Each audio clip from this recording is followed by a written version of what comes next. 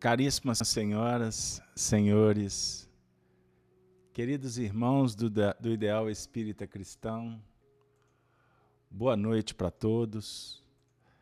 É com muita alegria que estamos iniciando mais um programa em torno do livro Apocalipse de João.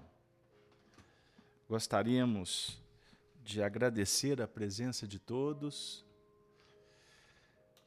e vamos, nesse momento, convidá-los para, juntos, realizarmos a oração que dará por aberta as atividades da noite. Gostaríamos de, nesse momento, convidá-los para nos desconectar do mundo de fora. Vamos, nesse momento, suplicar as bênçãos para o Senhor. E, se me permitem, eu gostaria de recordar da oração que Jesus nos ensinou, recitando-a de alma e coração, sensibilizado com o momento. Pai nosso, que estais nos céus, santificado seja o vosso nome. Venha a nós, Senhor, o vosso reino. Seja feita a tua vontade, aqui na terra como nos céus. O pão nosso de cada dia nos dê sempre, Senhor.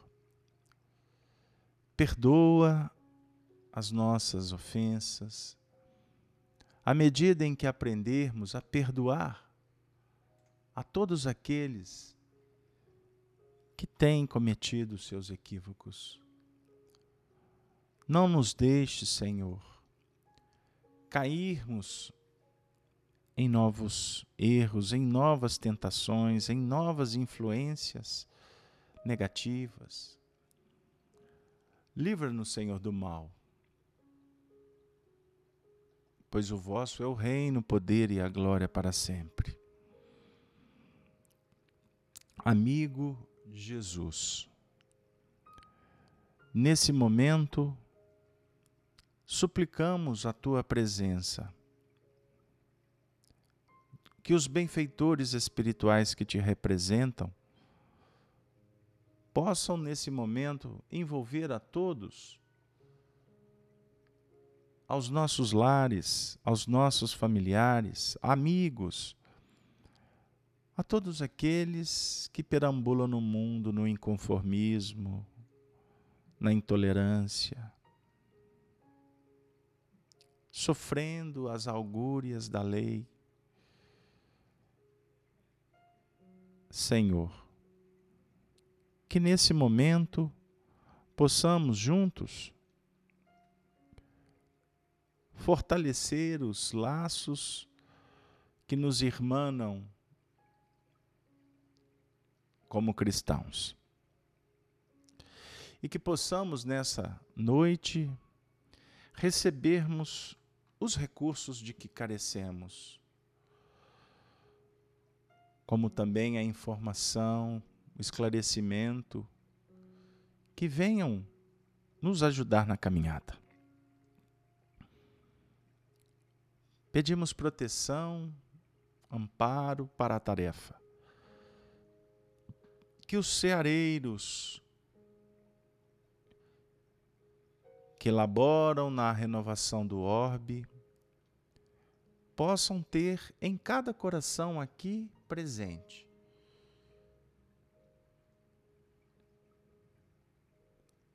as expressões da sinceridade e do desejo de aprender. Sê conosco, Senhor, hoje, agora e sempre. Graças a Deus. Que assim seja. Que assim seja. Meus queridos amigos, amigas, irmãs, Boa noite para todos. Novamente, com muita alegria, nós estamos iniciando mais um programa em torno do Apocalipse. Hoje, o nosso encontro de número 36º, 9 de junho do ano de 2016. Eu gostaria de, nesse momento, endereçar um abraço também a todos os nossos amigos que se encontram no chat nos acompanhando. Posso citar aqui brevemente a Djanira, a Cleusa, o Fernando, a Marilac, a Adriana, a Helena, a Elisa, Nita, e os demais companheiros que eu não consigo visualizar e que acompanham a transmissão nesse momento. Sejam todos bem-vindos, os nossos companheiros da Rede Amigo, da Rádio Brasil, enfim. Vamos lá, porque temos hoje muita tarefa que, por certo, reserva algumas surpresas para nós. Eu gostaria de, inicialmente, pedir desculpas por alguns problemas técnicos que nós tivemos na última terça-feira com o programa em torno das cartas de Paulo. Quando faltava 5 minutos, nós tivemos um problema aqui na área tecnológica, o que interrompeu a transmissão. Então vamos vibrar para que hoje a gente possa seguir adiante sem nenhuma intercorrência, sem nenhum problema de ordem exterior. Bom, nós estamos, caríssimos irmãos, trabalhando com o livro Apocalipse no seu capítulo 1. E eu vou convidá-los para nos acompanhar na leitura a partir do versículo 9. Vamos lá. Eu, João, que também sou vosso irmão e companheiro na aflição e no reino e paciência de Jesus Cristo, estava na ilha chamada Patmos por causa da palavra de Deus e pelo testemunho de Jesus Cristo. Eu fui arrebatado no espírito no dia do Senhor, e ouvi detrás de mim uma grande voz como de trombeta, que dizia: o que vês, escreve num livro e envia-o às 7 igrejas que estão na Ásia, a Éfeso, a Esmirna, a Pérgamo, a Tiatira, a Sardes, a Filadélfia e a Laodiceia. E virei-me para ver quem falava comigo. E virando-me, vi 7 castiçais de ouro.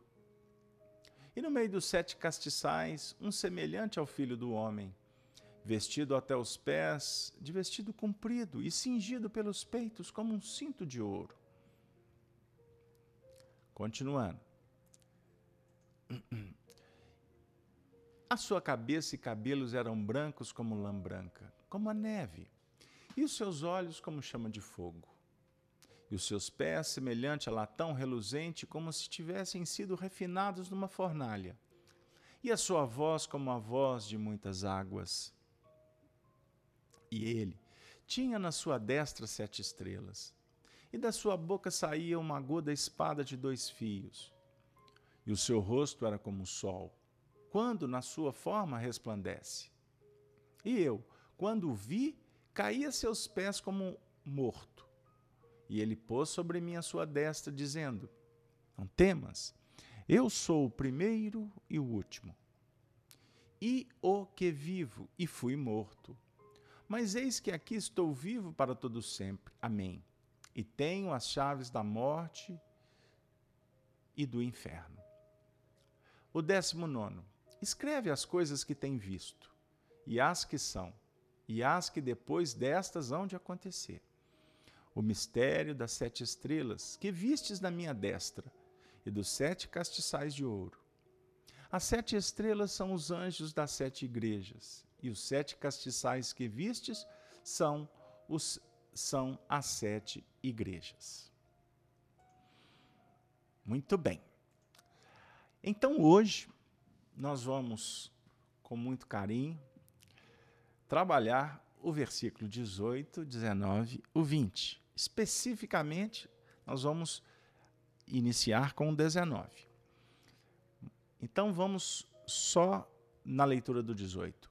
E o que vivo e fui morto, mas eis que aqui estou vivo para todo sempre. Amém. E tenho as chaves da morte e do inferno. As chaves da morte e do inferno foram objetos das nossas reflexões do último encontro. Poderíamos relembrar rapidamente as chaves como aquele elemento que abre as possibilidades, abre a porta, abre a gaveta, abre os portais, abre o entendimento. Doutrina espírita, Allan Kardec nos revela como uma chave. A chave para o conhecimento profundo.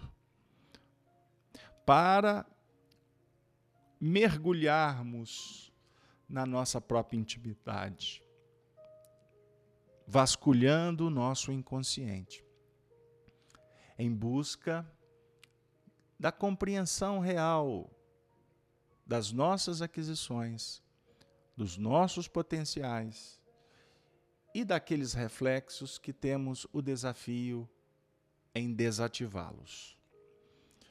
Allan Kardec, no Livro dos Médiuns, por exemplo, fala sobre a importância de utilizarmos a chave da doutrina espírita para estudar as escrituras sagradas, para debater todos os pontos filosóficos, religiosos e da ciência que ainda não estão clarificados no entendimento da humanidade. Por isso, nós estamos aqui, à luz da doutrina espírita, para estudarmos o livro O Apocalipse. E é o que nós estamos fazendo hoje, inteirando a 32ª noite, o nosso encontro. Então vamos lá. Então, as chaves da morte e do inferno. O inferno a representar o estado de alma, o inferno a representar o passado, o inferno a representar aquele fogo purificador, a morte, no seu sentido de compreender e vencer a morte consciencial. Porque, no que remonta aos planos da revelação espírita, a morte, no seu sentido biológico, representa apenas, para nós, o quê? A desencarnação. Representa para nós o adentrar numa realidade nova. Então, esse ponto é significativo para a gente. Mas vamos, eu convido vocês para que a gente possa adentrar já no versículo 19, para a gente poder caminhar um pouco, porque o nosso objetivo é trabalhar a evolução setenária. Vamos lá. Então, no versículo 19 está escrito: escreve as coisas que tem visto, e as que depois destas hão de acontecer. Escreve as coisas que tem visto, e as que depois destas hão de acontecer. Vamos lá.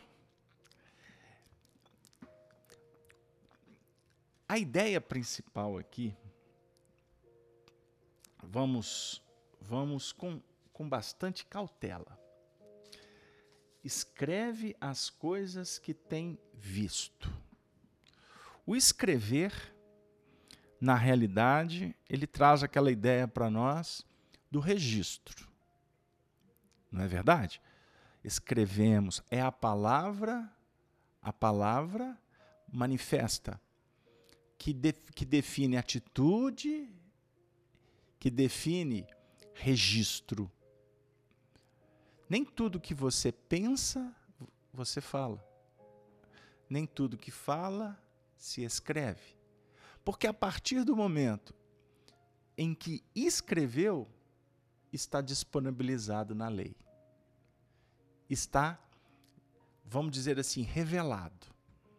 Então, o Cristo fala para João, como agora revela para cada um de nós.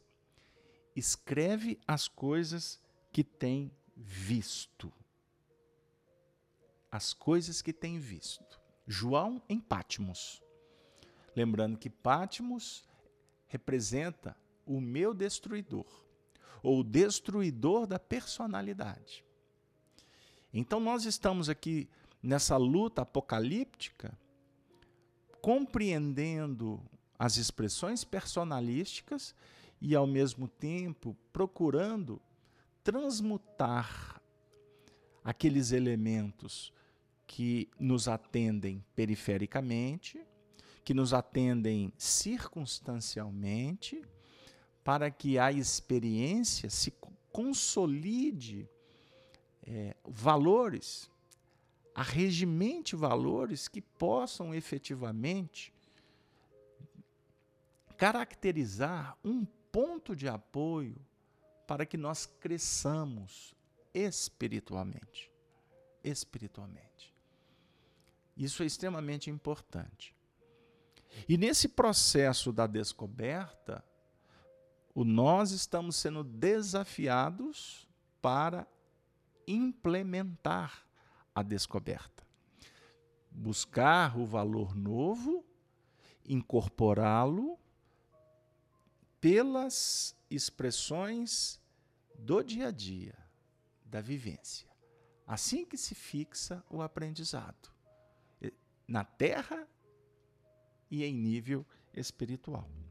Agora, é muito interessante porque o texto, eu vou chamar o texto aqui de novo para vocês, está dizendo assim: escreve as coisas que tens visto. Então, a revelação apocalíptica é algo que está sendo percebido por nós. Então, escreve. Você está percebendo, você está aprendendo, você está sendo inspirado, escreve. Escreve. E profetize, porque depois está dizendo, e as que depois destas hão de acontecer. Ou seja, nós estamos aqui vendo, procurando ver, e ao mesmo tempo, se estamos vendo, iremos profetizar a aplicabilidade. Eu não sei se ficou claro aí o entendimento. Aí, eu gostaria de, nesse momento, pedir a permissão para vocês, porque eu vou trazer aqui, como costumeiramente faço, um momento de estudo desse texto que nós vivenciamos no Grupo Emmanuel com o nosso querido Honório Onofre de Abreu, e eu separei aqui um trecho de uma reunião ocorrida em 9 de outubro de 1999. Era um sábado de manhã. Então o Honório disse assim, vamos lá sobre essa questão do ver, que é um princípio que vai dar a base para a gente discutir a evolução setenária.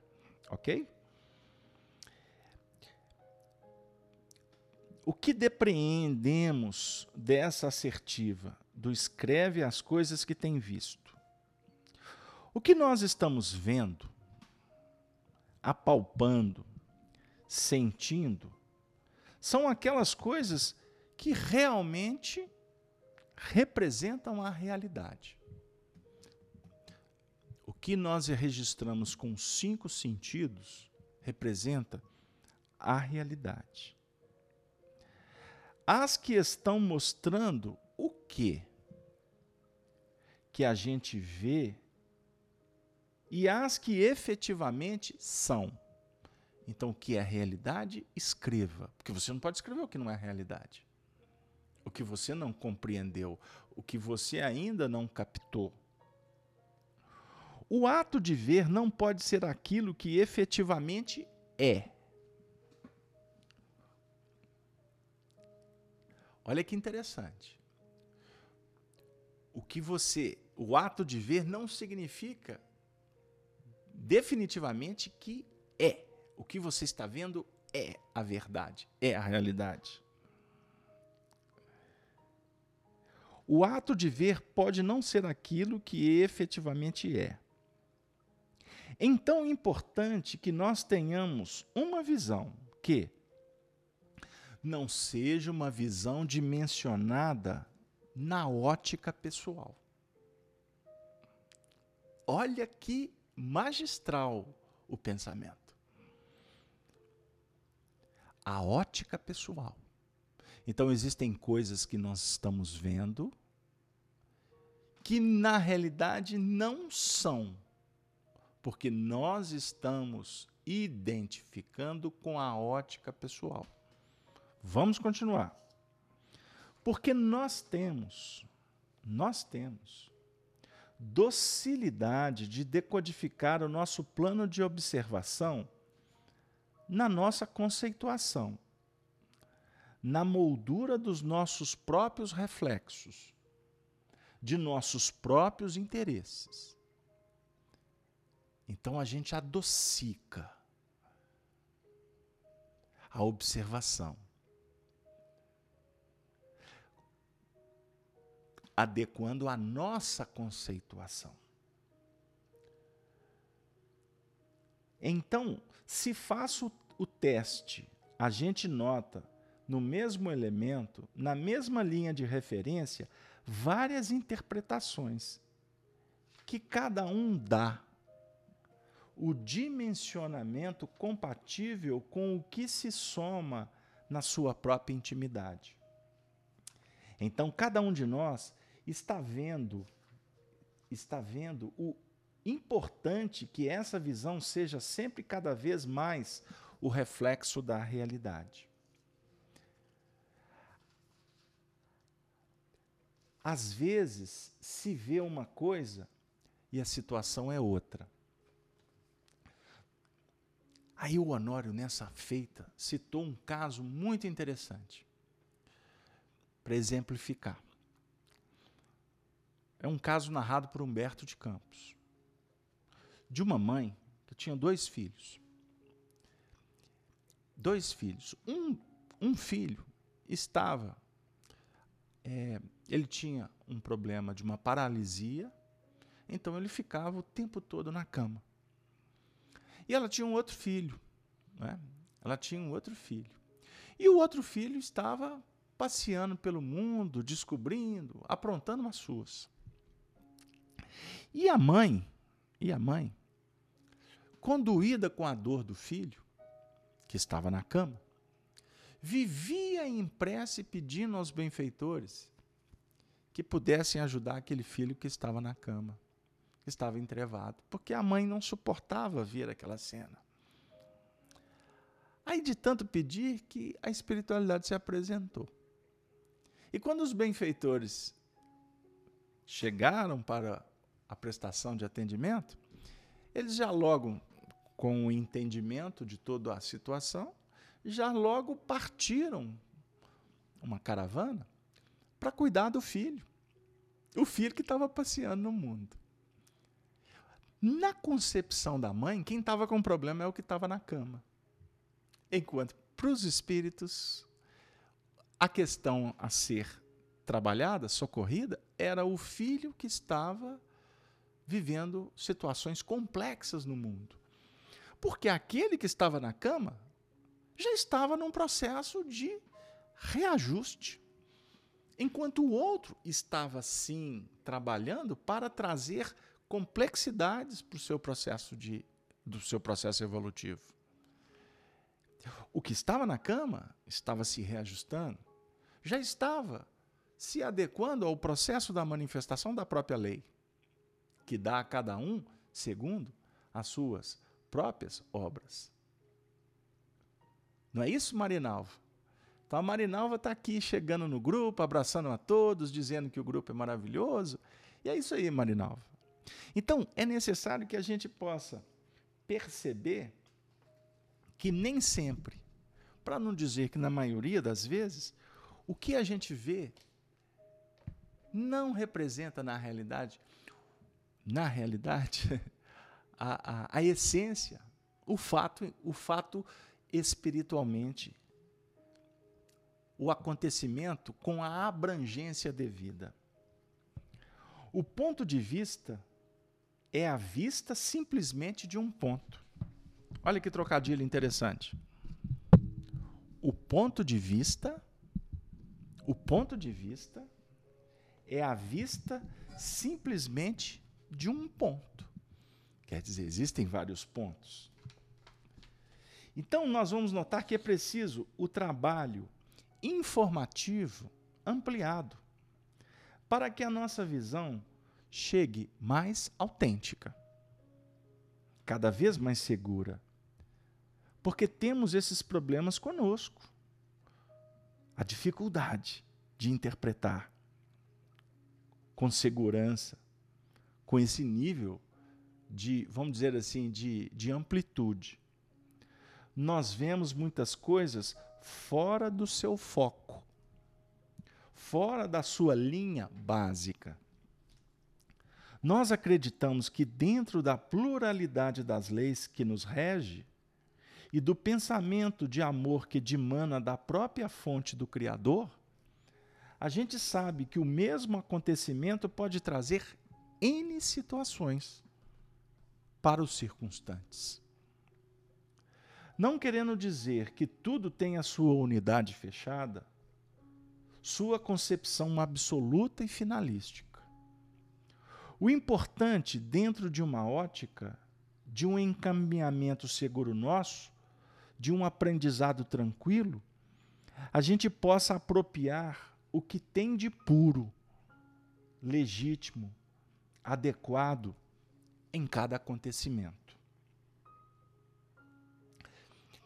E isso me chama muita atenção. Eu fazia um trabalho de escola com a minha filha, e ela vinha dizendo sobre um livro que ela estava lendo, e ela disse assim: papai, é engraçado, né? Quando a gente lê um livro, quando a gente volta para ler o livro, a gente lê tudo diferente. Aí eu disse para ela: isso mesmo, minha filha. Porque cada momento em que a gente faz uma leitura, a gente vai trabalhando essa leitura, a interpretação, de acordo com a nossa posição emocional, sentimental, daquele momento. Para não dizer até espiritualmente falando. Então a gente entra, a partir do mecanismo da leitura, a gente entra em muitas fendas. A gente abre para nós muitas perspectivas. Há muitas moradas na casa do Pai. Se não fosse assim, o vô teria dito. Foi Jesus quem nos disse essa lição. A gente fica a muitas moradas procurando habitação lá fora, alienígena, etc. E, na realidade, a gente precisa talvez de verificar um pouco mais esse movimento dimensional espiritual que acontece conosco. Então o autor capta, o autor registra, o autor escreve, ele registrou como ele viu. Porém, quando você pega a letra que o escritor publicou, você pode perfeitamente transcender o que ele escreveu e, de repente, entrar numa linha de ressonância com o pensamento do autor espiritual, que, por sua vez, também foi intérprete, e aí vai o mecanismo interrelacional, o que vai definir a interexistência. Interexistência. Viver dimensões contíguas, viver experiências simultâneas, emoções, sentimentos, aquisições, e cada vez mais estando para além do tempo e para além do espaço. Nós estamos treinando o mecanismo chamado eternidade, imanência. não é? Esse eu-citude. São treinamentos. São treinamentos. Então, quanto mais o espírito vai se desenvolvendo, mais ele vai ampliando essa capacidade de ver,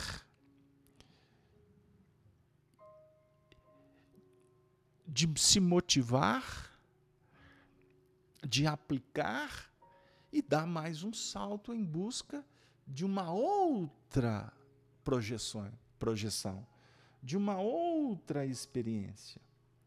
Então, observemos que o nosso treinamento, portanto, é apropriar o que tem de puro e legítimo das lições, de cada acontecimento, vinda de cada pessoa no momento dos mais variados. O assunto é muito interessante para a gente pensar. Então, escreve as coisas que tem visto e as que são e as que depois destas hão de acontecer. É um grande desafio para todos nós. São aquelas que estão incluídas no contexto e estão relacionadas ainda com os processos de projeção no tempo e no espaço. Exatamente aquelas delineadas com bases no que foi já lançado no terreno e no tempo, e que iriam crescer, germinar, florescer e frutificar. Evolução. Então é preciso, nós estamos aqui trabalhando porque muitas ervas de árvores estão usando em termos de evolução que estão crescendo. Nós estamos lidando com essa frutescência, com esse processo dentro da nossa intimidade. E é muito interessante que a gente possa analisar tudo que está em ebulição dentro da gente, tudo que está em transformação, que está germinando, que está nascendo, que está morrendo. É alguma coisa no sentido do autoconhecimento.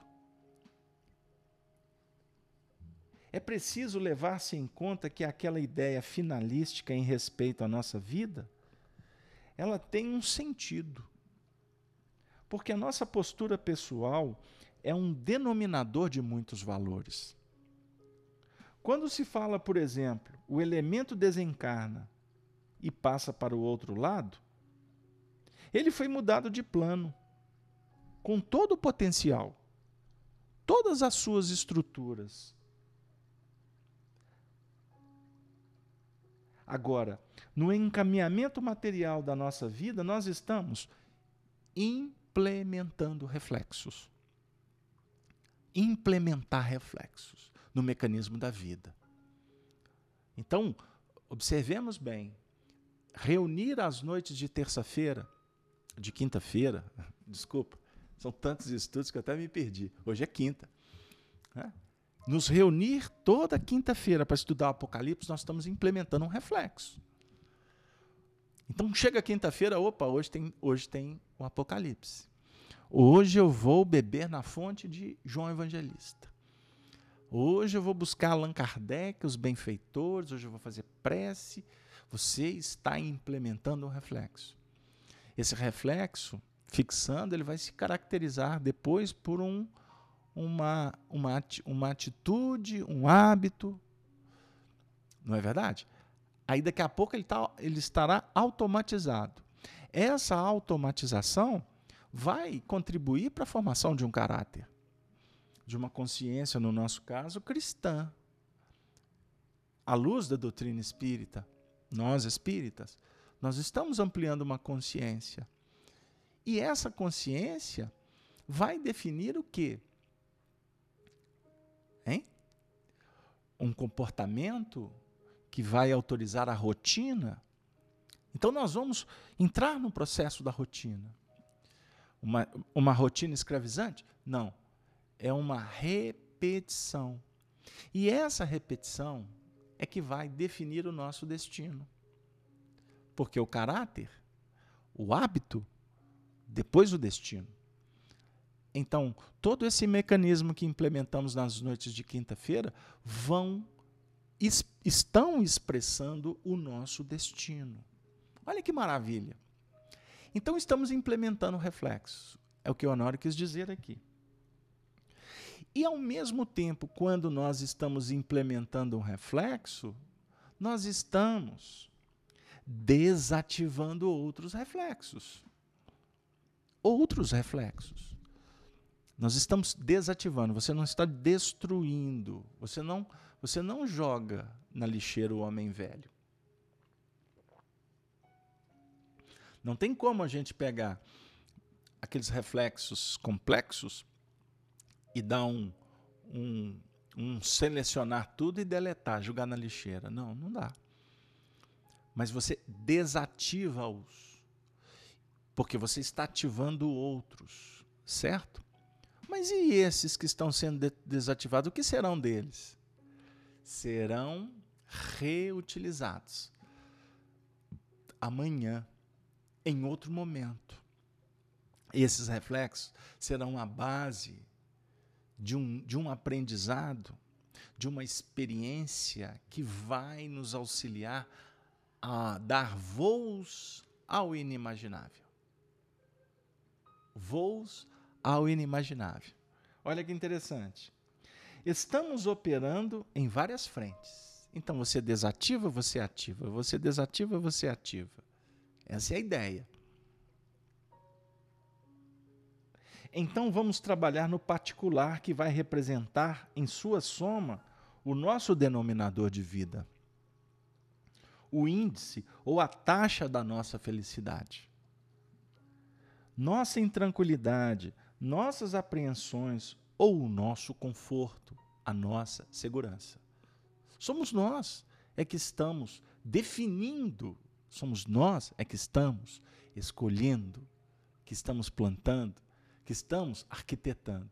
Através da escritura, escreve as coisas que vês e as que advirão, as que virão a ser. Mas esses padrões são trabalhados ponto a ponto na nossa intimidade. Não tem salto. Não tem salto. É ponto a ponto. Nós temos reflexos que, às vezes, exercem uma tônica na nossa personalidade. Tônica. Alguns reflexos são como tônicas na nossa personalidade. Exigentes, arbitrário, presunçoso. Alguns reflexos se transformam em tônica positiva, altruísta, solidário, benevolente, deu aí? Paciente, disponível, confidente. São expressões, mas que podem serem tônicas. A tônica do indivíduo naquela encarnação foi fazer o bem. Então, um conjunto de reflexos que na somatória define uma tônica. Isso é muito importante. A tônica do indivíduo é a arte, é o esporte nas suas práticas, não é? É a política. A tônica é a música, é a liderança. E aí, a religiosidade, o materialismo. E aí são expressões que a gente pode ir catalogando aí e adequando ao nosso aprendizado, de cada um que estamos aqui ao vivo acompanhando. Nós temos reflexos que às vezes exercem tônica na nossa personalidade. São os fatos que estão dentro de nós.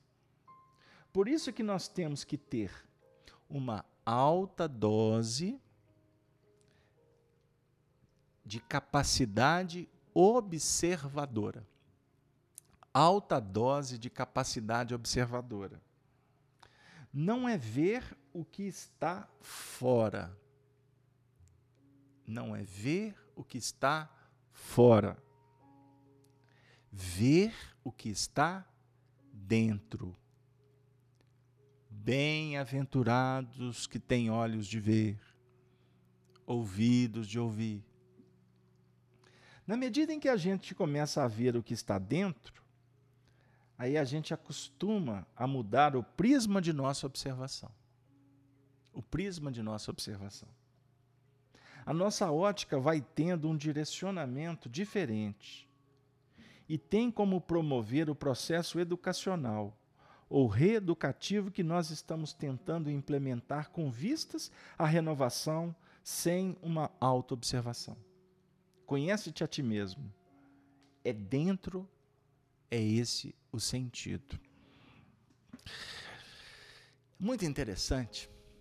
Vocês que trabalham, que militam nas casas espíritas, ou que têm o costume de estarem buscando orientações espirituais, no seu sentido educativo, libertador, nas nossas práticas é tão rotineiro.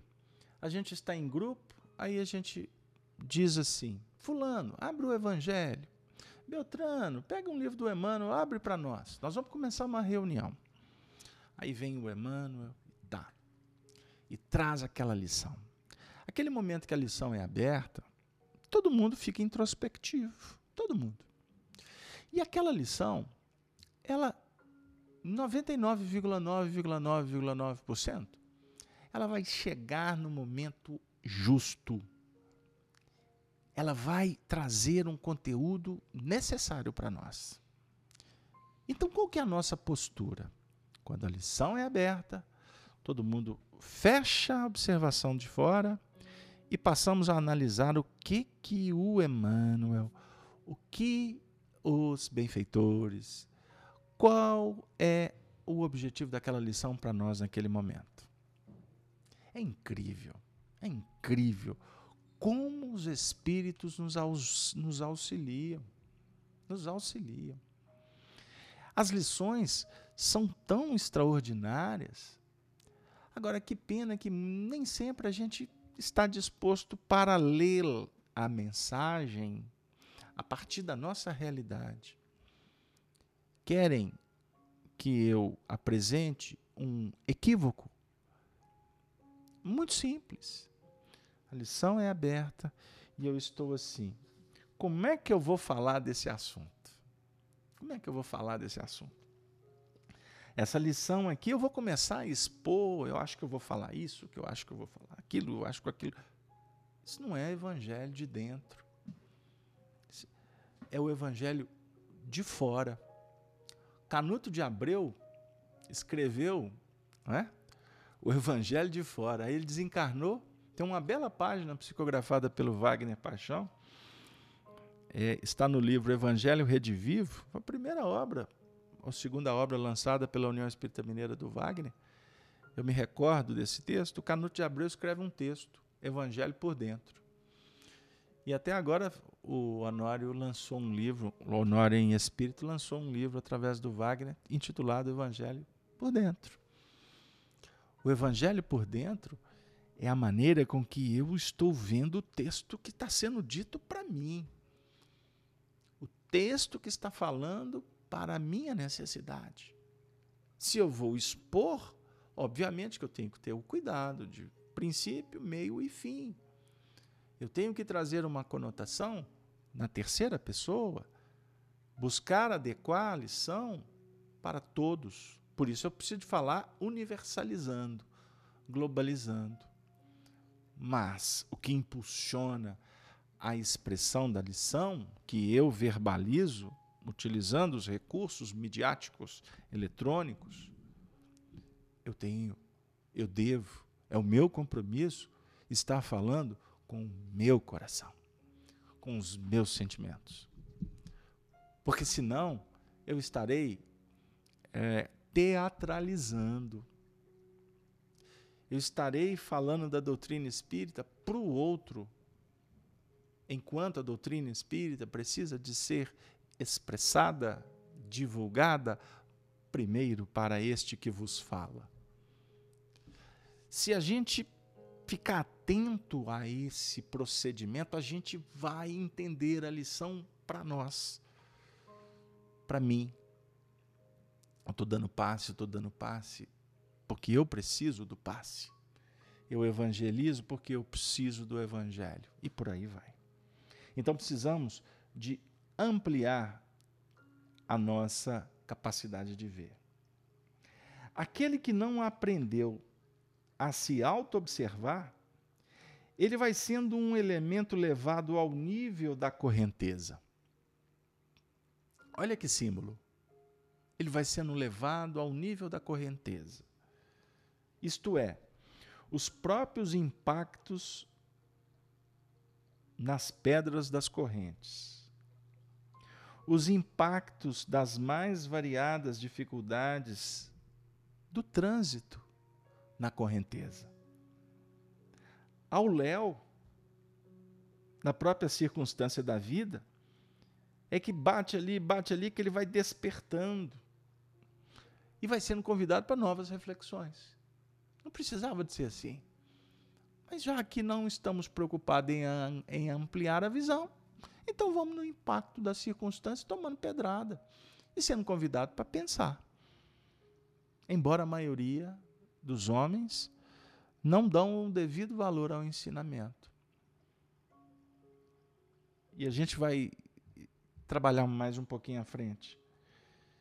Costumeiramente, Santo Agostinho, fazia um processo de reflexão.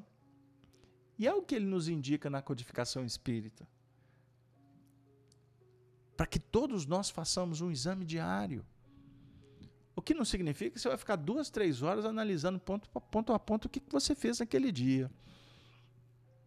Mas a gente vai, em cada momento da vida, percebendo, avaliando os nossos próprios comportamentos. Então a vida vai nos dizendo, amigos, que nós não podemos ser precipitados. A precipitação, ela garante a queda. É precipício. É um trocadilho que o Emmanuel faz. Em determinados momentos aqui, a gente conversa, a gente tem tarefas profissionais, familiares, no movimento espírita. Quantas vezes nós somos tomados de assalto? Ficamos perplexos, somos constrangidos pelas circunstâncias e por isso vivemos angústias, dores. Eu converso muito com aquelas pessoas que trabalham com a gente na FIAC, nas nossas tarefas, sobre a importância da gente não agir por impulso. Porque, por exemplo, o melindre, ele é uma mazela, ele é uma dificuldade que todos nós vaidosos trazemos. Então nós costumamos a estar sendo, vamos dizer assim, verificados quase que constantemente nessa área. Exatamente para que a gente possa aprender a cuidar do impulso, a entender esse reflexo que está ativado e desarticulando com calma, com paciência. Porque tem momentos que você, quando assusta, o impulso já te jogou lá em cima e você caiu lá embaixo. É um tal do inconformismo.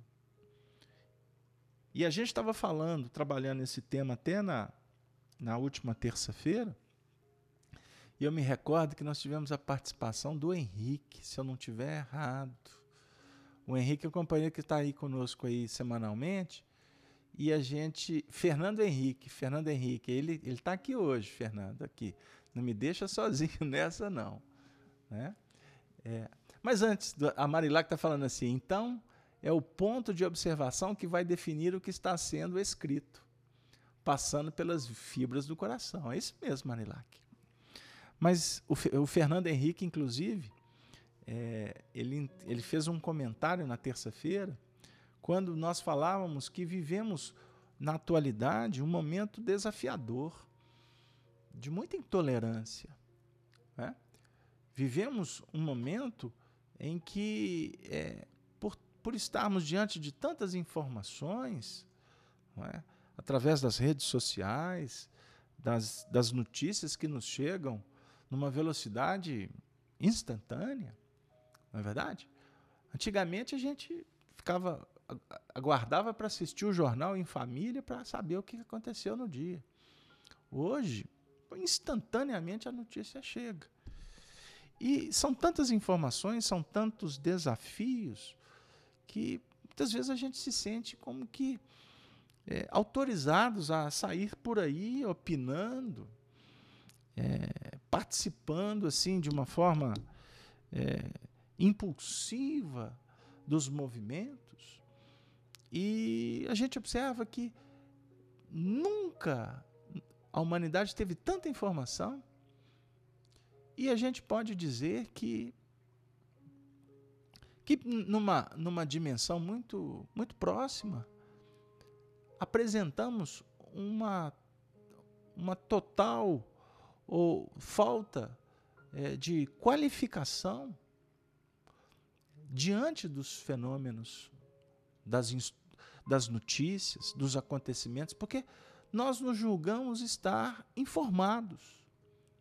Nem sempre as informações são reais, mas informação é uma coisa, conhecimento é outra coisa muito diferente. E a grande maioria das pessoas que ficamos, né, nos WhatsApp da vida, nos Facebook, nas redes sociais, muitas vezes utilizando o nosso tempo dentro de um mecanismo de superficialidade. Então, a proposta é que nós possamos ter mais calma, aprofundar nos fatos, para não ter uma visão particularista dos processos, para não ficarmos enjaulados dentro das nossas concepções. Nós falamos há pouco tempo dos espíritos amigos que, vez por outra, nos dão uma mensagem.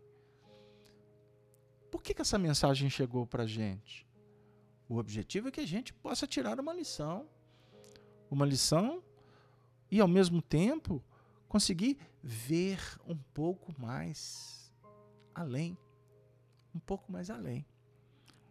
Para evitar, inclusive, que nós não nos arrependamos. Porque muitas vezes chega uma notícia aí, você já logo sai inconformado, trocando os pés pelas mãos. Aí é tão desagradável, daqui a pouco, aí chega a verdadeira história. E você percebe que você foi engaiolado numa impressão, num ponto de vista.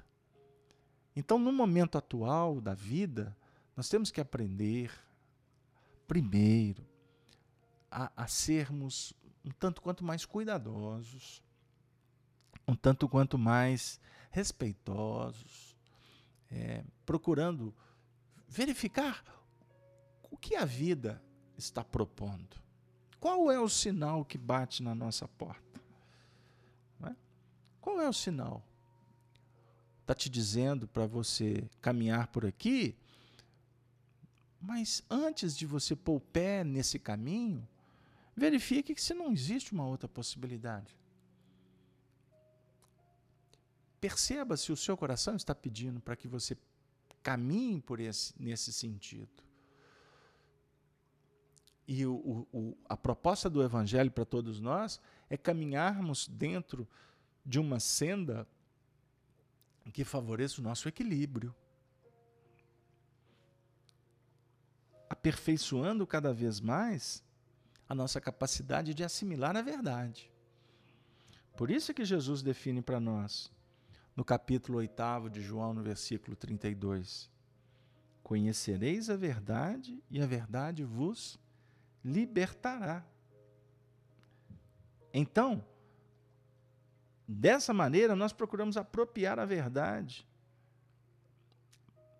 para que a verdade implementada nos ajude no aperfeiçoamento íntimo, a maneira de sentir, de pensar, de agir.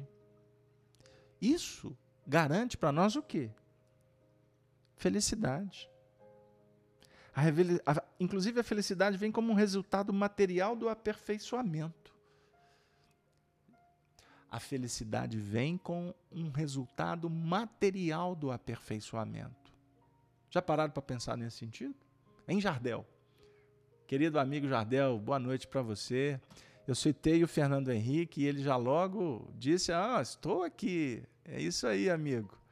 Obrigado, viu, Fernando, pelas vibrações, pela sua participação. Eu vi um comentário que você deixou lá na Rede Amigo Espírita sobre o estudo da Carta de Paulo. Outro dia você citou um texto aí que nos ajudou também, da introdução do A Caminho da Luz. É isso aí, amigo. A gente está aqui juntos, estamos construindo o trabalho, estamos aprendendo com os espíritos e abrindo o coração para entender qual que é a missão, a lição para todos nós. Então, nós gostaríamos de trabalhar nesse sentido para que a gente possa chegar no momento em que o versículo 19 seja bem seja uma alavanca que possa nos ajudar nesse procedimento da evolução. O nosso tema hoje, evolução setenária. E muitos perguntaram, mas por quê? Bom, a evolução setenária, ela é desafiadora. Por isso eu vou fazer a leitura do versículo 20. O versículo 20, que é o último versículo desse capítulo 1. Olha que maravilha. Nós estamos no primeiro capítulo do Apocalipse, ou seja, hoje nós estamos inteirando, vamos ler agora o 20º verso, e nós estamos no estudo de número 36. Então observem que a nossa média está um pouco abaixo de meio versículo por semana, né? Então vamos lá. Um pouco mais do que meio, né? Versículo 20. O mistério. Ai, meu Deus. E o versículo começa com a palavra mistério. Cleusa, por favor, corra aí para mim no Google, você que é a trabalhadora aí da primeira e da última hora, vá no Google, traga para nós, coloque no chat o significado da palavra mistério. Enquanto você procura, eu vou fazer a leitura. Vamos lá. E quem foi mais rápido do que a Cleusa, fique à vontade. Coloquem no chat aqui do YouTube para nós. O mistério das 7 estrelas, que viste na minha destra, e dos 7 castiçais de ouro. As 7 estrelas são os anjos das 7 igrejas, e os 7 castiçais que vistes são as 7 igrejas. Meu Deus, que texto enigmático! O mistério das 7 estrelas. Eu tenho que esperar só um pouquinho, porque existe um delay aqui do tempo real para a mensagem que está chegando para vocês. Então, eu estou pedindo ajuda que busque o significado da palavra mistério. Cleusa foi rápida. Vamos lá, Cleusa. Eu vou ler. Cleusa colocou aqui. Na religião cristã, dogma, verdade de fé inacessível à razão.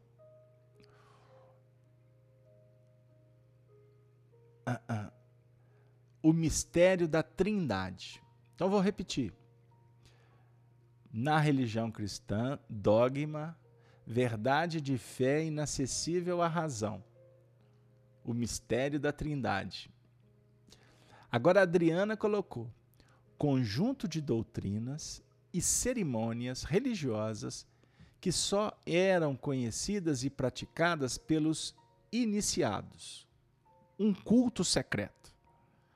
Então, o mistério aqui, dentro desse contexto que as nossas amigas colocaram, O mistério está vinculado a doutrinas e cerimônias. Agora a Adriana já está me ajudando. Mais ainda, colocando coisa ou elemento oculto, obscuro ou desconcertante, segredo, enigma. Adriana, você brilhou, como sempre. Brilhou, porque é este o conceito que nos atende no contexto nosso aqui, embora os outros vão ser desdobrados ao longo do trabalho da evolução setenária. Então, coisa ou elemento oculto. O Apocalipse, a acepção, o significado de Apocalipse é revelação, não é? Tirar o véu. Então, no Apocalipse, o estudo do Apocalipse objetiva tirar, trazer, revelar o elemento que está oculto, esclarecer o que está obscuro, o desconcertante, vai deixar de ser desconcertante.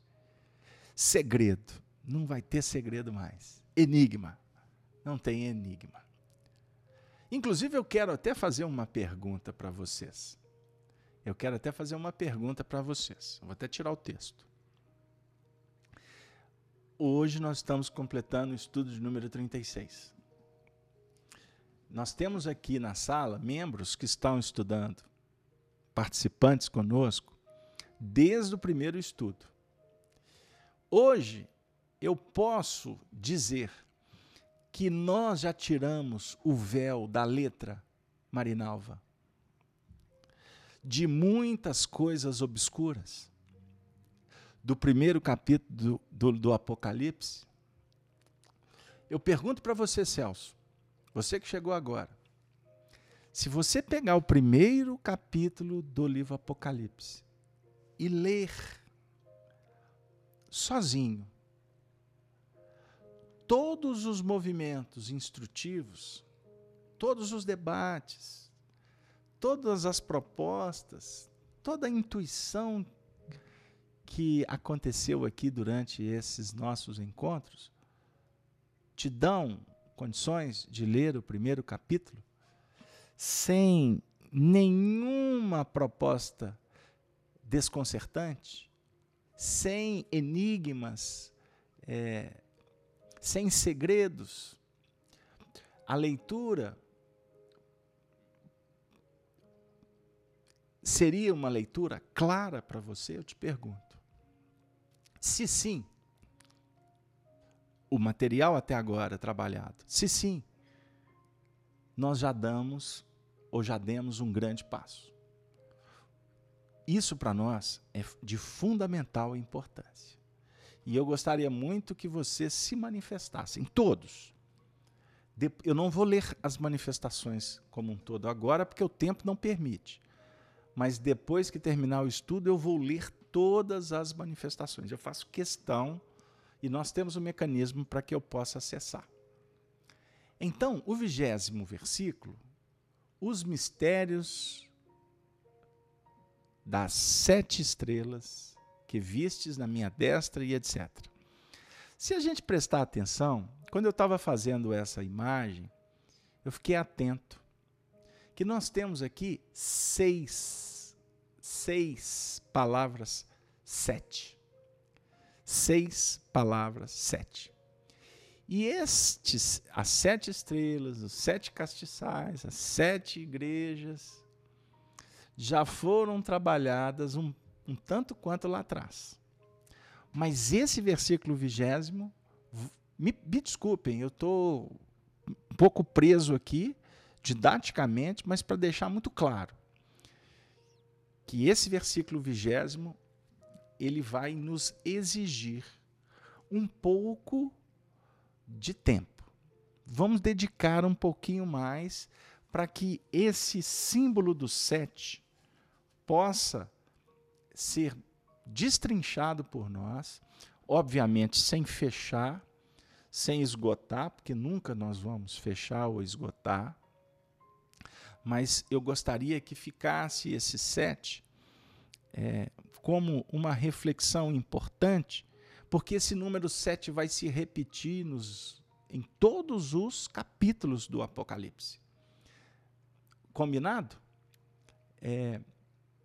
O Fernando está até dizendo, eu preciso arrumar tempo para assistir, desde o primeiro estudo, porque é uma leitura complicada, mas importante. Quero muito decifrar e compreender. Muito bem, Fernando. Então vamos com calma. O que quer dizer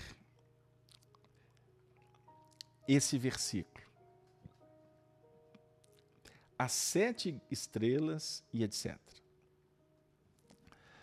O Honório, certa feita, disse assim, nós analisamos lá atrás, quando falou da igreja de Éfeso, de Esmirna e de Pérgamo e etc., que temos uma projeção dinâmica do 7º.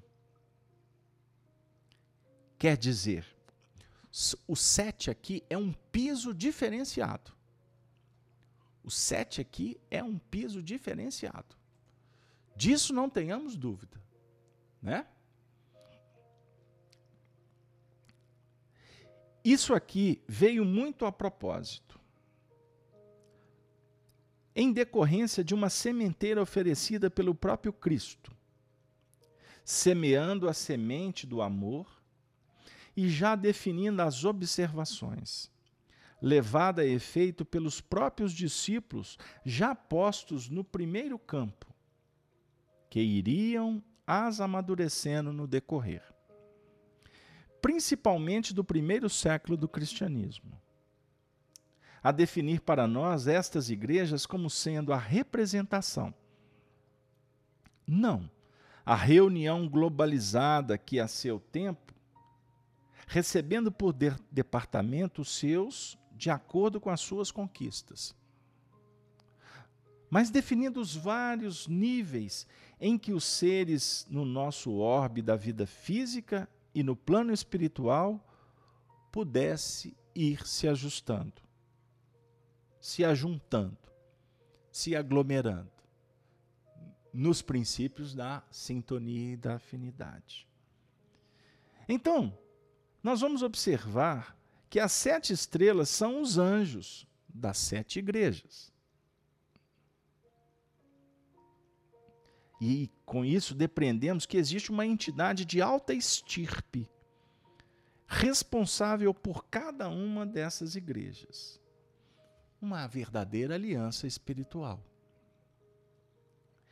É preciso que nós estejamos procurando vincular com essa ótica interpretativa.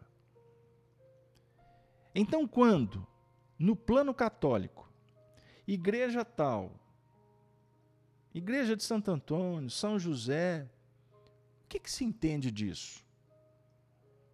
Não é apenas uma denominação de louvor, porque nós não podemos colocar, por exemplo, uma igreja como a nossa aqui de São José. Existe uma linha de ascendência. Esse extraordinário componente da nossa evolução espiritual. No caso, situado na própria história do nascimento de Jesus. Então, queiramos ou não, ele possa ou não possa oferecer retorno, o confidente está lá. Ah, meu São José, me ajuda. O que nós depreendemos? Que existe uma ascendência espiritual. Agora é preciso abrir as comportas, sair do meritíssimo do costume que vem nos abatendo através dos séculos e entrar num plano natural de bom senso e lógica. Quer dizer, esses elementos que são os que estão no ápice, esse colegiado que coopera naquela faixa respectiva, ele está presente com os seus auxiliares. Então imaginemos que a criatura esteja com dor de cabeça e é devotada a um determinado espírito aqui, no campo espiritual, na Igreja Católica. E ela faz o petitório, toda devota. Será que vai ter que vir esse santo para poder falar? Vamos resolver esse caso porque ela pediu muito para mim? Não. Ela pode estar sendo auxiliada através de um médico desencarnado por efeito de um espírito de bom coração, de bom senso, adepto, vinculado às faixas e que está instalado como verdadeiro embaixador dos superiores. Já que o próprio mentor ou guia ou espírito responsável é um tutelado de um posto avançado das faixas do próprio Cristo, como Jesus o é, no contexto do nosso orbe terreno, embaixador celeste entre nós, da ordem do próprio Criador. Então é uma linha interessante que nós não podemos defender. É aquela fluência que nós, no campo social, adotamos e acha que do outro lado é diferente. Se nós copiamos de lá, quem já leu o livro Nosso Lar vai observar. Nós temos lá ministérios e os elementos conjugados a cada equipe daquela. É como diz o próprio centurião, quando pediu pelo servo dele. Ele era centurião. Não conhecia nada da lei de Moisés. Era um elemento vinculado à gentilidade, praticamente a Roma. Eu vou e darei saúde para ele. De jeito nenhum. Não sou digno que entre no meu telhado. Eu sou homem sob autoridade, dou ordem ao meu soldado, mando o meu servo e ele faz. Eu que faço isso aqui. Não vou fazer, mas mando alguém fazer. Você vai ter que ir na minha casa para resolver o caso do meu servo. Você tem recurso, manda alguém. E Jesus declara: que coisa extraordinária. Então ele manda um servo. Porque a fé, ele nunca viu uma fé tamanha em Israel. Mas não é a fé que crê, é a fé lógica, raciocinada. Ele baseou o que acontecia com eles, e eu recebo ordem de César e dou ordem e eles cumprem. Aí também é a mesma coisa dentro da lógica do universo. E nós ficamos aqui sem saber com que exercitamos a fé. Então vamos ter em conta esse ângulo, que realmente esses espíritos não vão ser individualizados. Eles representam uma soma mais que tem um comando, que tem uma coparticipação. O Cristo é responsável por tudo. Então, num contexto geral, podemos dizer que as 7 estrelas que vistes na minha destra e dos castiçais de ouro, as 7 estrelas são os anjos das 7 igrejas. E os 7 castiçais que vistes são as 7 igrejas. Então aqui nós estamos vendo uma conjugação de estrelas, de castiçais, de representantes, de toda uma hierarquia. Ficou claro isso aí? É uma hierarquia. A espiritualidade trabalha em grupos. A espiritualidade trabalha, portanto, num processo colegiado. Vamos lembrar do livro Nosso Lar, os ministérios de Nosso Lar. Cada ministério com 2 ministros, né? Com 12 ministros. Os seus 12 ministros representando todo um contexto. E a gente muitas vezes não compreende, porque a gente vê e não vê. Olha o versículo anterior. Escreve as coisas que tem visto e as que depois destas hão de acontecer. O que nós estamos vendo? nós estamos vendo com a nossa ótica pessoal. Estamos sendo convidados para ver com uma ótica mais transcendente. Aplicar o conteúdo doutrinário espírita para nos ajudar a vencer o que é aparente, o que é ilusório. Para ver com amplitude. Me chega aqui agora, eu estava com um projeto, mas eu estou percebendo que eu vou ter que alterar. Chega para mim aqui agora e eu vou citar, porque é um texto maravilhoso, da primeira carta de Paulo aos Coríntios. Eu vou achar rapidamente aqui. Eu vou buscar o capítulo 13, na conhecida carta da caridade, não é? Ainda que eu falasse a língua dos homens e dos anjos e não tivesse caridade, seria como um metal que soa ou como um sino que tine. Não vai escrever, né? Se não tiver autoridade. Mas eu queria trabalhar mais à frente. Nessa carta, no versículo 9, Paulo diz assim: porque em parte conhecemos e em parte profetizamos.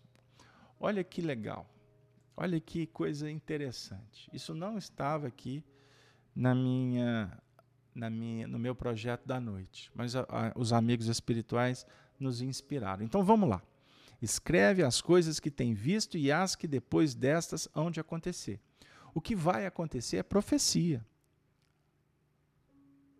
Está claro? O que há de acontecer é um processo profético. Eu estou antecipando o que ainda não aconteceu. Então, o Paulo aqui nessa carta vem dizer assim para nós. Olha que interessante. O Paulo vem dizer, porque em parte conhecemos e em parte profetizamos. Porque a gente não conhece com profundidade, então, por isso que se em parte conhecemos, nós vamos profetizar em parte, apoiados no que nós conhecemos. Olha que interessante, como que o evangelho se conjuga. Aí no versículo 10 ele diz assim, mas quando vier o que é perfeito, vou voltar para o versículo 19, escreve as coisas que tem visto. Então, quando vier o que é perfeito, então o que o é em parte será aniquilado. Porque o perfeito, nós subentendemos então que ele passa a ser o completo. Ele não vai ser parte. Ele não vai ser meio círculo. Ele vai ser o círculo inteiro. Então, o que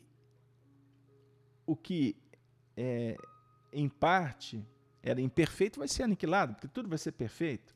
Aí o Paulo continua dizendo, quando eu era menino, falava como menino, sentia como menino, discorria como menino. Mas logo que cheguei a ser homem, acabei com as coisas de menino. Escreve as coisas que tem visto, e as que depois destas hão de acontecer.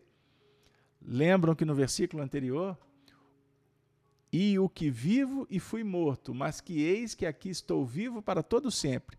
O estar vivo para todo sempre, amém, é exatamente a condição de, não mais de humanidade, mas de espiritualidade. Não mais na condição de imperfeito, ou de ver em parte, mas ver em plenitude. Então vamos voltar para o Paulo, porque eu queria chegar aqui no 12. Porque agora, vemos por espelho em enigma. Agora vemos em espelho em enigma. Olha o mistério aqui, ó, o mistério. Mas então veremos face a face.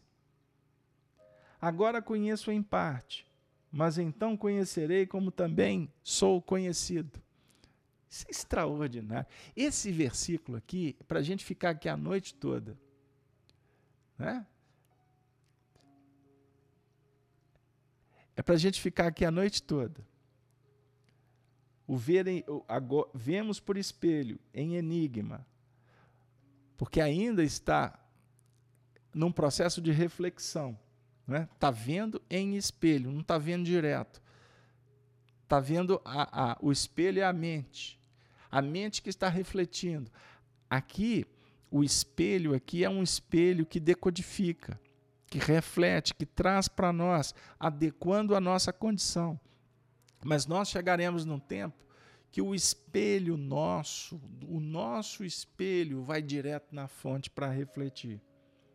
Então, conhecerei como também sou conhecido. Então, você vai conhecer como você é conhecido. Então, para você conhecer, primeiro você tem que se conhecer. Complicou?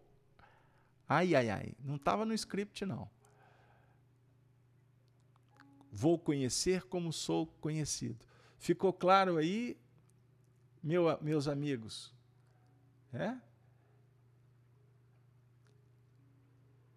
A Elisa está dizendo, para mim, os nossos estudos trazem realmente o fundo e não mais a forma, como antes insistíamos em ver. Agora percebemos e sentimos. Antes só víamos. É isso aí, Elisa. Você foi no cerne. Você foi no cerne. Antes ouvia, ou ouvia, mas não ouvia e não via. Não adianta se dizer espírita, se não sentirmos o espiritismo, se não vivermos o espiritismo. Eu conversava com um amigo, um grande amigo do movimento espírita, expositor, divulgador. Eu vou ficar por aqui, porque senão eu vou dar muito elemento, porque eu tenho que preservar a ética da conversa. Aí ele disse assim para mim, puxa vida, até quando que nós vamos continuar achando que somos divulgadores? Até quando vamos nos colocar naquela condição de escolhidos pela espiritualidade para lançar a semente? Isso é prepotência. Isso é arrogância. Isso é ver e não ver. Porque, na realidade, não somos missionários a não ser de cuidar da missão da nossa própria renovação. Agora, pois, permanecem a fé, a esperança e a caridade. Essas três, mas a maior destas é a caridade. Ou o amor, conforme a tradução e o contexto que a gente queira trabalhar. Ai, meu Deus. Jesus, nos abençoe. Então, o processo do despertamento, ele é extraordinário. Eu vou pegar aqui, rapidamente, ou melhor, eu tinha separado um texto do livro Justiça Divina,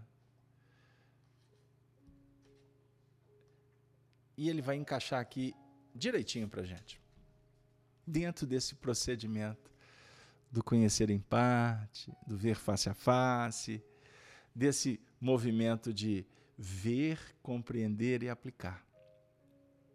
Antes de fazer uma leitura, que vai ser a mensagem final, eu também dialogava com um companheiro hoje, eu falei para ele, amigo, você está sofrendo porque tem alguém que não captou, que não compreendeu?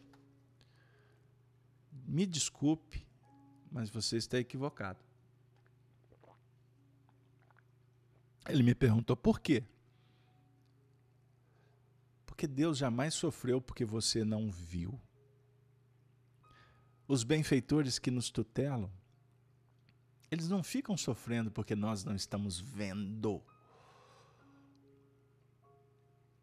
Você está vendo o mundo espiritual à tua volta? Você consegue registrar quantos espíritos estão aqui nesse momento socorrendo, atendendo corações? Eu vou dizer que a maioria dos companheiros que acompanham os nossos trabalhos, não vou dizer a maioria, uma boa parte, não tem noção do que significa um estudo ao vivo. As gravações também, por que não? Mas nesse instante existe um agrupamento extenso de espíritos que estão, nesse momento, como um fulcro de irradiação, fazendo um processo de saneamento psíquico, fortalecimento energético de todos aqueles que estão sintonizados nesse trabalho. E isso aqui não é nenhuma notícia mística. Eu estou dizendo a partir da fundamentação doutrinária de Allan Kardec e das obras subsidiárias sérias. Esse momento, eu estou sendo aqui apenas um instrumento, como esse microfone é instrumento para replicar minha voz.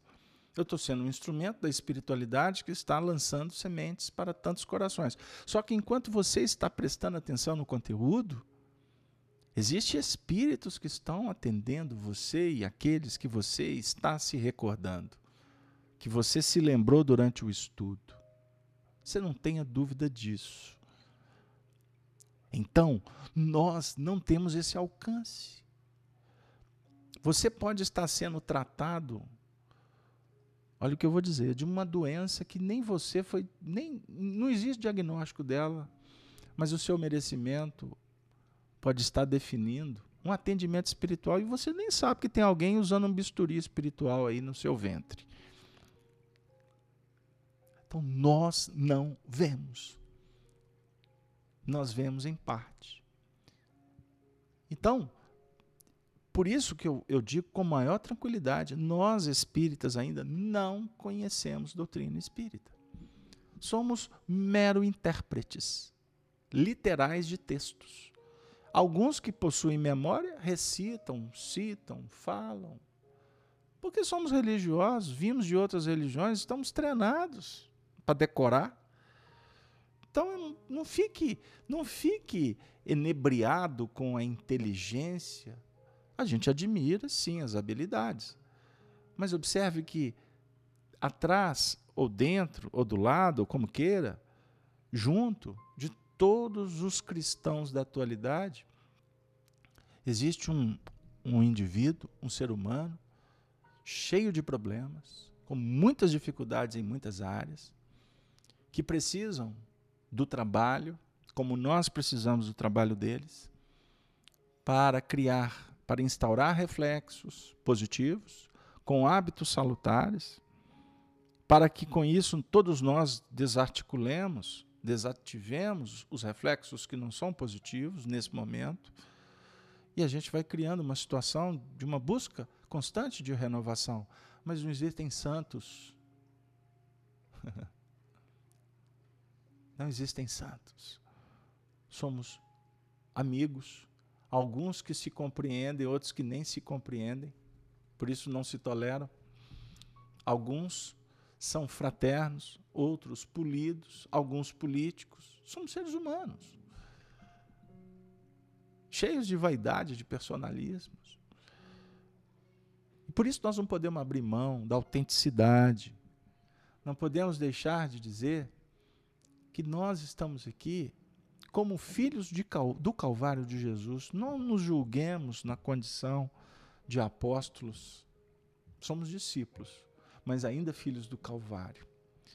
E por isso estudamos o Livro dos Espíritos, o Evangelho, o Céu e o Inferno, a Revista Espírita. Também estudamos Emmanuel, André Luiz, Joana de Ângeles. Também e tudo isso, Leon Denis, etc., etc., para que a gente possa ter elementos para estudar as Santas Escrituras, como indicou Allan Kardec. Por isso tenha confiança nesse momento especial da sua vida. Porque, como definiu a nossa companheira Marinalva, estou sozinha aqui, entre aspas. Deve ter muitos assistindo o estudo junto comigo. E comigo, e com todos, e com a Cleusa, e com a Dani, e com o Fernando. Todos nós estamos acompanhados e por isso devemos cada vez mais trabalhar a nossa docilidade íntima e não de fora. Nós temos que trabalhar a educação do coração, porque somos observados, a sua polidez, a sua educação, a sua nobreza, o seu respeito, a sua dignidade, a sua ética, ela fala de você.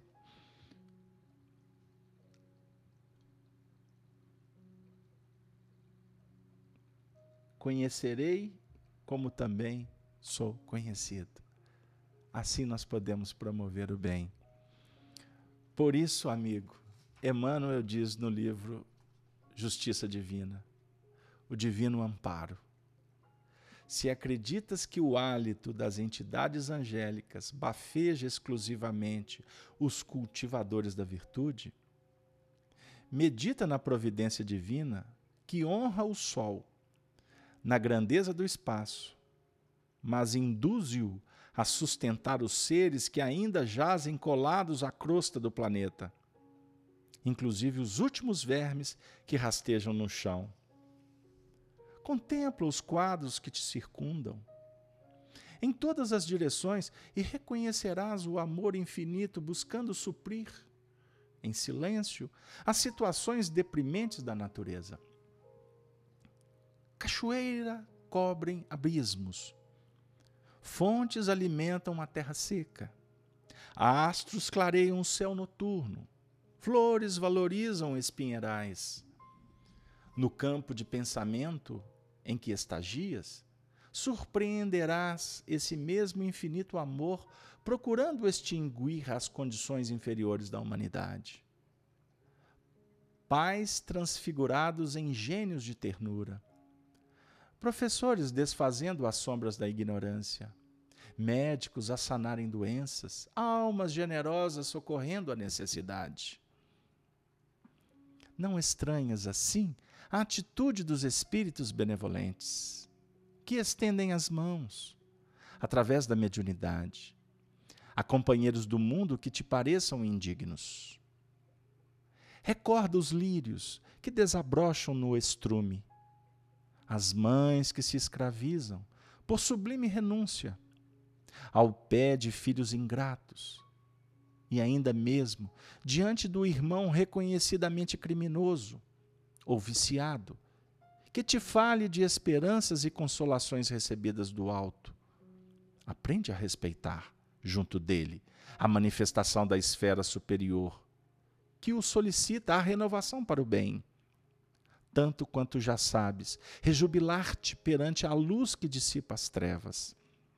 E se alguém dogmatiza acerca de supostos privilégios na criação, não ouvides que o Criador é bondade e justiça para todas as criaturas, refletindo no Cristo que asseverou claramente não ter vindo à terra para curar os sãos. Lição Emmanuel, Francisco Cândido Xavier, Justiça Divina, Divino Amparo. Que o Divino Amparo seja reconhecido, seja sentido, seja crido, seja expandido, seja dividido, seja manancial que possa ser refletido do espelho do teu coração, da tua mente, da tua alma, para tantos, para todos, que caminham à míngua, se julgando abandonados, sofridos, abandonados. Saia para o mundo e na poesia da esperança que tuas mãos, o teu coração podes ofertar, possamos juntos dizer: louvado seja o nosso Senhor. Graças te damos por tantas bênçãos derramadas, pelos amigos, pelos adversários, pelas circunstâncias, pelo trabalho, pela alimentação, pela proteção, pela jurisdição, por esse mecanismo da nossa redenção. Muito obrigado a todos os amigos. Muito obrigado aos benfeitores. Muito obrigado aos nossos companheiros que estão acompanhando esse trabalho com tanto carinho, com tanta devoção. que possamos juntos seguir um pouco além. Que a espiritualidade possa favorecer para que a tua família, a nossa família, seja cada vez mais inspirada, para que todos nós possamos juntos perceber a missão que nos compete na renovação da humanidade. Estabelecer o Evangelho no lar, no coração, em cada momento das nossas vidas. Muito obrigado a todos e nos despedimos, como sempre, com a saudação dos cristãos, lá dos primeiros momentos. Ave, ave, ave, ave Cristo. Ave Cristo.